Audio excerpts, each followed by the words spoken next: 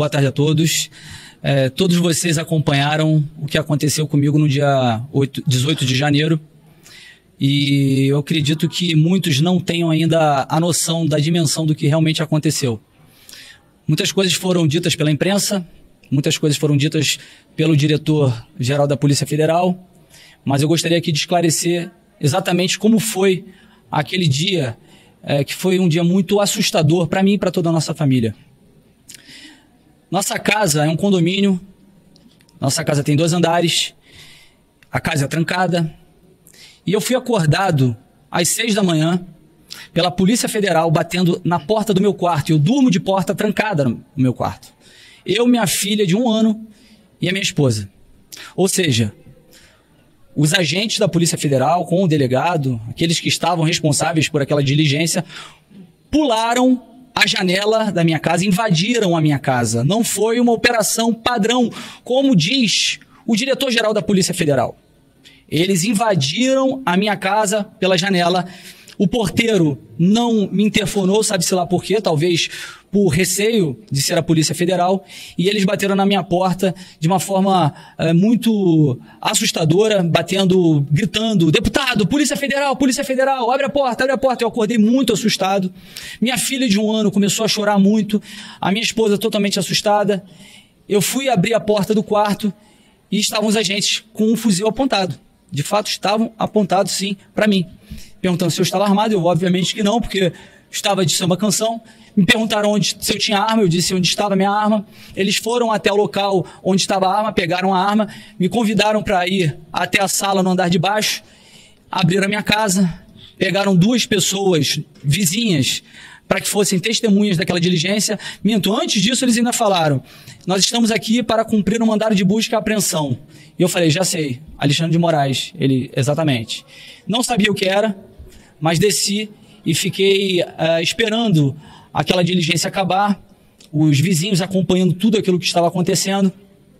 Pegaram um cofre na minha casa, eu disse que não precisava levar o cofre, que eu iria abrir o cofre. Estava lá meu passaporte diplomático, pegaram meu passaporte diplomático, pegaram R$1.000 dentro. Eu falei que se quiser levar minha fortuna, pode levar. Eles falaram que não precisava, já que não era uma quantia muito grande de dinheiro. E no final das contas, eles foram embora. Eu tive acesso depois às notícias que já estavam circulando. E aí fui entender que, na verdade, eu estava sendo alvo de uma operação, aliás, de uma etapa da Força-Tarefa da Lesa Pátria, da Operação Lesa Pátria. E aquilo ali me indignou muito, me deixou realmente muito revoltado, porque eu nunca incitei o 8 de janeiro. Eu nunca falei com qualquer pessoa que seja que aquilo ali deveria ser feito. Eu fui saber do 8 de janeiro no dia 7. E todos que acompanharam as minhas redes sociais, e já que agora a Polícia Federal tem acesso ao meu celular, verá que nas conversas eu dizia que aquilo ali era um absurdo que estava sendo feito. Que eram baderneiros que estavam justificando, estavam dando justificativas para que todos os avanços de abuso de autoridade, eles permanecessem. Que aquilo ganhasse mais volume ainda. Eu me indignei com tudo aquilo, postei que aquilo ali era um absurdo. Nunca incitei ninguém para ir para a frente dos quartéis generais, embora todos tenham direito legítimo garantido pela Constituição Federal de se manifestar pacificamente, onde quer que seja. Creio que nem era o local apropriado, caso fossem contrários ao governo, porque realmente muitas pessoas estavam se manifestando contrariamente ao governo eleito, e isso é legítimo da nossa Constituição, mas em momento algum eu incitei nada.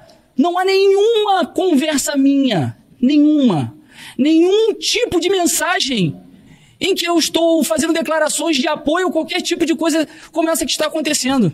E aí eu vi um papel muito ridículo que alguns veículos de imprensa fizeram, que assim, eu fico até me questionando quantas vezes eu fui enganado pela imprensa. Porque eu vi alguns veículos colocando como se fosse realmente um fato verdadeiro, comprovado, de que eu tinha relações com tudo isso que está acontecendo, que tinham mensagens que demonstram que eu sou mentor e articulador de atos antidemocráticos, do 8 de janeiro, de bloqueios de rodovias. E eu me perguntava, que mensagens são essas? Que mensagens são essas, já que estão falando com tanta propriedade que há mensagens que demonstram que eu tenho participação com tudo isso? E aí veio a grande surpresa. Pegaram uma mensagem, uma troca de mensagens, em que o CVC me chama de meu líder. Meu líder. Quantos de nós aqui são chamados de meu líder em Brasília? Meu líder porque ele fez campanha para mim. E aí distorcem tudo o que ele disse, em que ele fala, qual direcionamento tem poder de parar tudo. E eu falo para ele, tá podendo falar? Me liga, ou posso te ligar, alguma coisa nesse sentido. E eu tenho plena convicção, não me recordo de qual foi o diálogo que nós fizemos, que já faz tanto tempo, mas eu tenho plena convicção de que eu falei, cara, isso não vai dar em nada. Isso não vai dar em nada. Acabou. Eu nunca incitei nada. Pegaram uma coisa totalmente distorcida para fazer uma perseguição com o líder da oposição da Câmara dos Deputados. Fizeram uma violência institucional contra a Câmara, contra a oposição, e uma violência contra mim e contra a minha família. Com nada, com absolutamente nada. É tão frágil aquilo ali, é tão frágil, que a imprensa deveria ter vergonha na cara e dizer que aquilo ali é ridículo para que embasasse uma busca e apreensão. Um diálogo totalmente distorcido, sem nada que pudesse realmente dizer que eu tinha alguma relação, e uma foto que mostrava que o CVC estaria no 8 de janeiro, que foi uma foto adulterada. Adulterada por ele próprio, de uma infantilidade, uma imaturidade, uma burrice da parte dele, que nós descobrimos agora há pouco, que foi ele, de fato, que fez isso.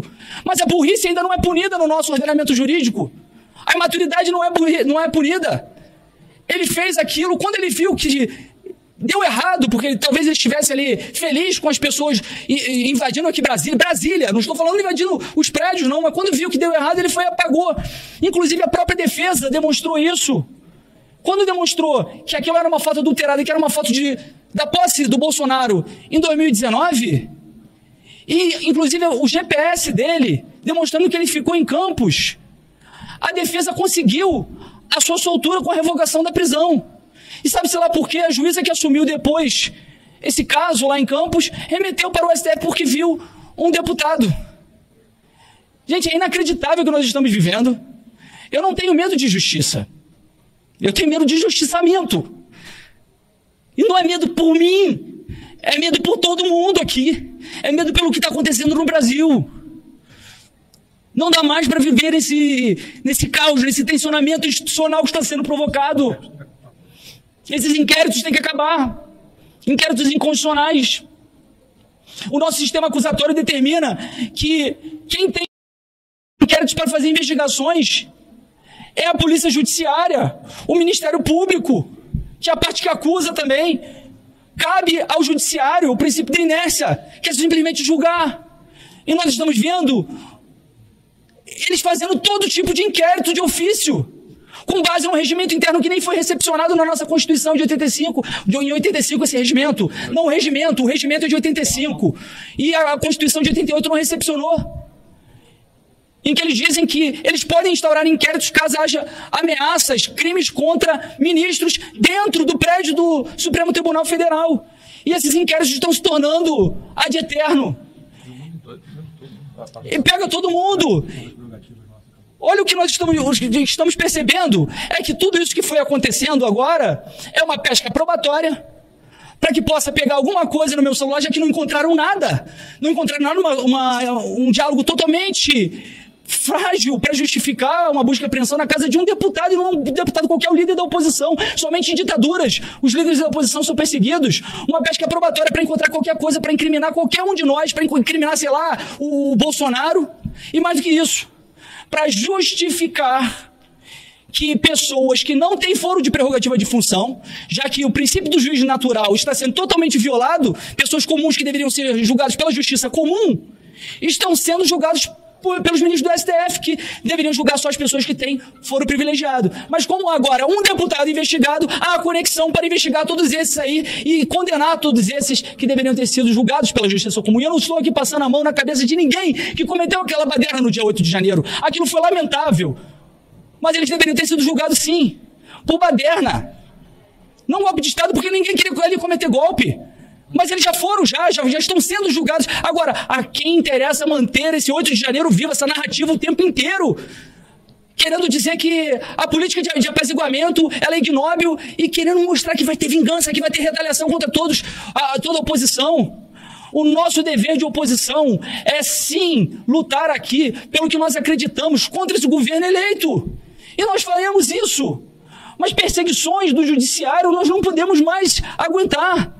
Eu clamo aqui ao presidente da Câmara, ao presidente do Senado, para que possam fazer com que o nosso poder volte a ser respeitado. Nossas prerrogativas estão sendo totalmente violadas.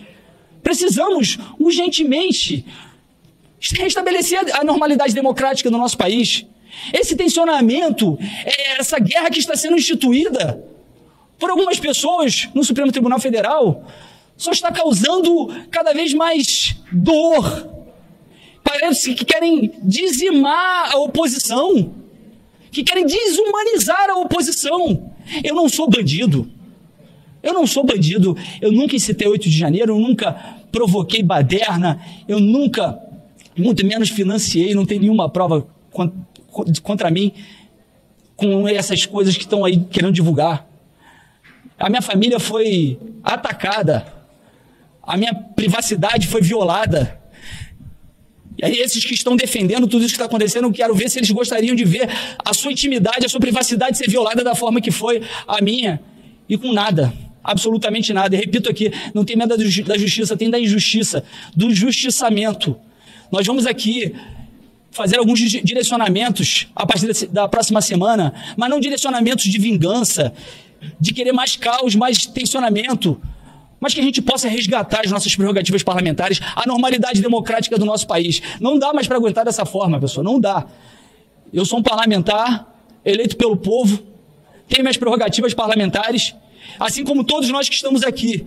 Eu defenderia isso de qualquer parlamentar que fosse, até se fossem parlamentares da esquerda. E o que nós estamos vendo são pessoas torcendo para que nós sejamos caçados de forma ilegal, inconstitucional. Não vamos mais permitir que isso aconteça. Há de se ter logo esse diálogo do nosso senador Rogério Marinho e os outros da oposição no Senado com o senador Rodrigo Pacheco para restabelecer essa normalidade democrática. E eu peço a Deus que possa dar fim a tudo isso que está acontecendo. Não dá mais para aceitar isso. Muito obrigado.